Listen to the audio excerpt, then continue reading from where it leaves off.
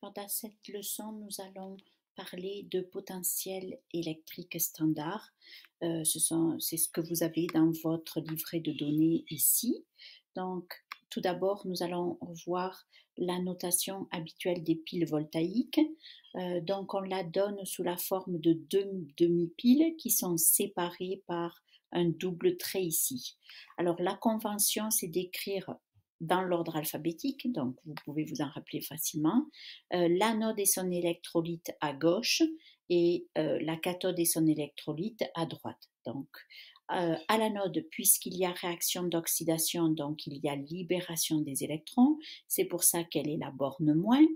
Puisqu'il y a oxydation, elle met en jeu l'argent réducteur le plus fort et dans les fils électriques ou le fil électrique donc, qui relie les deux électrodes, ce qu'on appelle l'extérieur de la pile voltaïque, eh bien les électrons vont circuler de l'anode vers la cathode.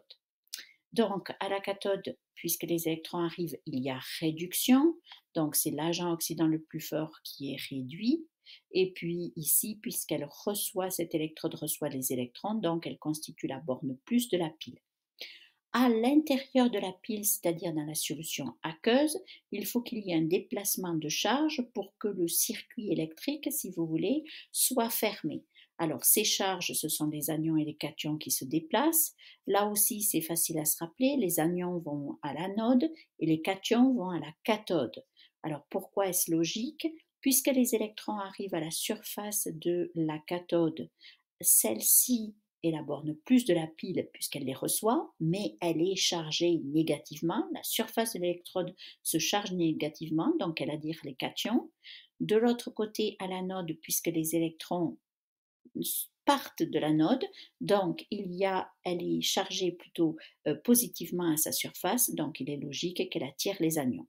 Donc, quand l'on voit une demi-pile cuivre, ion Cu 2 et puis argent, par exemple, les ions argent, on sait, parce que c'est écrit comme ceci, que ceci constitue l'anode et que l'argent constitue la cathode. Donc, dans cette notation, en fait, on a écrit les deux demi-piles, et deux demi-piles, ça donne une pile, ce qui est absolument magique.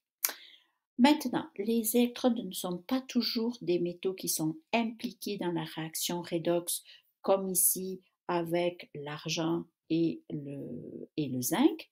Donc, quand on a par exemple un agent oxydant fort qui est une solution de composés ioniques et que la demi-réaction donne un composé ionique également, un autre ion, et bien à ce moment-là, peut se demander qu'est-ce qui va constituer l'électrode.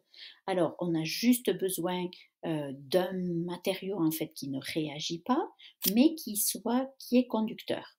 Donc, c'est pour ça qu'on appelle ce genre d'électrodes des électrodes inertes. Elles servent juste à conduire l'électricité. Donc, ça va être le cas, par exemple, si on prend un oxydant fort comme les ions dichromates, ils vont se réduire en ion Cr3+, donc il faut trouver quelque chose de conducteur ici et qui soit inerte, c'est-à-dire qui a un potentiel de réduction qui soit plutôt une capacité, un agent réducteur très très faible, comme ça il ne va pas réagir. Donc le carbone ou le platine par exemple sont des électrodes inertes très courantes.